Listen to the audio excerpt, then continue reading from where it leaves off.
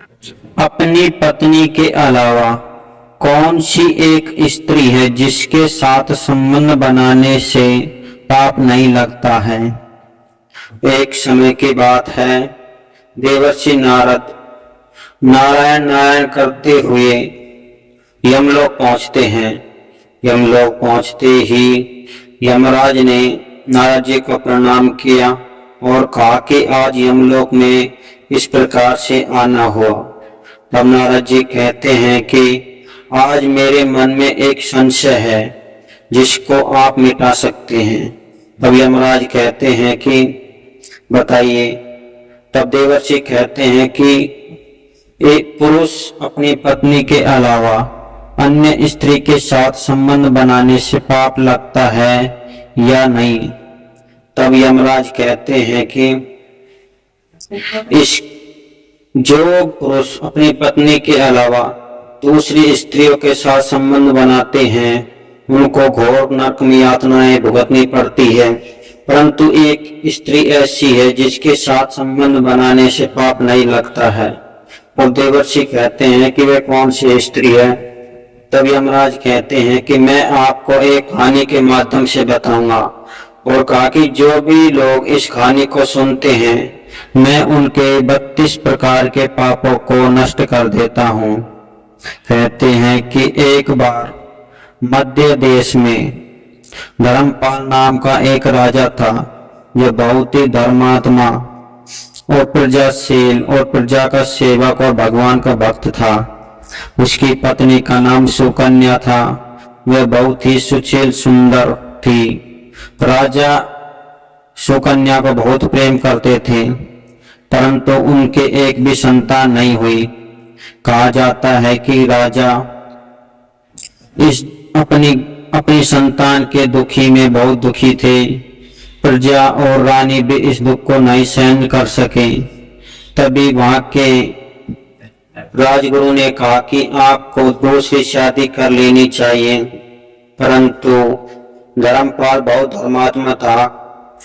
उसने कहा कि मुझे शास्त्रों के अनुसार पता है कि जो कोई पुरुष अपनी पत्नी के अलावा दूसरी स्त्रियों के साथ संबंध बनाता है उसे घोर नरक की यातना भुगतनी पड़ती है। परंतु उसने राजगुरु और अपनी पत्नी और प्रजा के कहने पर भी दूसरी शादी नहीं करी।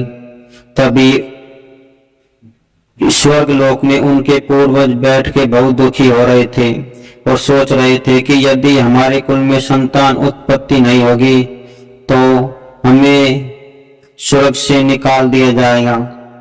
तभी वहां पर उनके पूर्वज आते हैं और धर्मपाल से कहते हैं कि तुम्हें दूसरी शादी कर लेनी चाहिए, परंतु धर्मपाल नहीं मानता है और वह सोचता है कि यदि मैं दूसरी शादी कर लूंगा तो मुझे नरक में जाना पड़ेगा।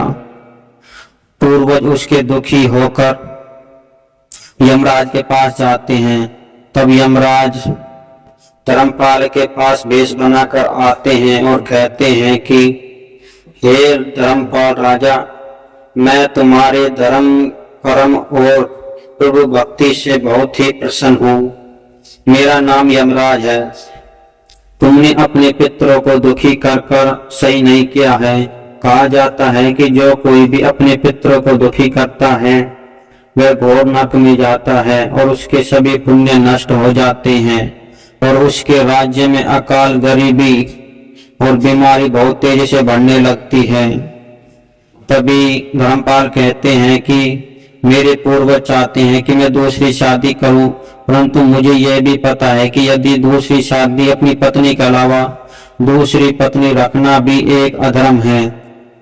तभी यमराज कहते हैं कि ये हकीकत में वास्तव में सत्य है, परंतु ग्रंथों में एक भी बात कहा गई है कि यदि संतान उत्पत्ति नहीं हो रही है और संतान की जरूरत है तो हम दूसरी शादी करके, परंतु दूसरी शादी तभी करनी चाहिए जब पहली पत्नी अनुमति दे दे। यदि पहली पत्नी अनुमति दे दे तो वह पाप नहीं माना जाएगा। इस पे धर्मपाल राजा सहमत हो जाते हैं और राजा अपनी पत्नी के पास जाते हैं। पत्नी भी चाहती थी कि राजा दूसरी शादी करे, परंतु जब राजा ने कहा कि मुझे तो अपनी संतान उत्पत्ति के लिए दूसरी शादी करनी है, तो सुकन्या भी सहमत हो जाती है और उसे दूसरी शादी करने की अनुमति दे देती है और कहती है कि जो कोई भी आपकी दूसरी पत्नी आएगी मैं उसे अपनी बहन के समान मानूंगी, और यदि आप दूसरी शादी करेंगे तो आपको कोई भी पाप नहीं लगेगा। अपनी पत्नी की अनुमति लेकर ही राजा धर्मपाल ने दूसरी शादी करी और एक संतान की उत्पत्ति हुई। संतान की उत्पत्ति होते ही उनके पूर्वज देवलोक में उच्च पद पर आश्रित हो गए। कहा जाता है कि जिस कुल में संतान की उत्पत्ति नहीं होती है उस कुल के पूर्वज भी दुखी होते हैं। इसलिए कहा गया है कि पहली अपनी पत्नी के परमिशन के बिना दूसरी स्त्री के साथ संबंध बनाना घोर नरक और पाप है। इसलिए जहाँ तक संभव हो सके अपनी पत्नी के साथ ही संबंध बनाए, अन्य दूसरी स्त्रियों के साथ संबंध बनाना कतई धर्म नहीं है। इसलिए आप इस कहानी के माध्यम से समझ गए होंगे। कहा जाता है कि जो कोई भी इस कहानी को एक बार सुनता है, यमराज उसके 32 प्रकार के पापों को समाप्त कर देते हैं और उसे कभी भी यमलोक में नहीं ले जाते हैं। यदि आप इससे सहमत हैं तो कहानी को ज्यादा से ज्यादा शेयर करें और कमेंट में अपनी राय अवश्य लिखें।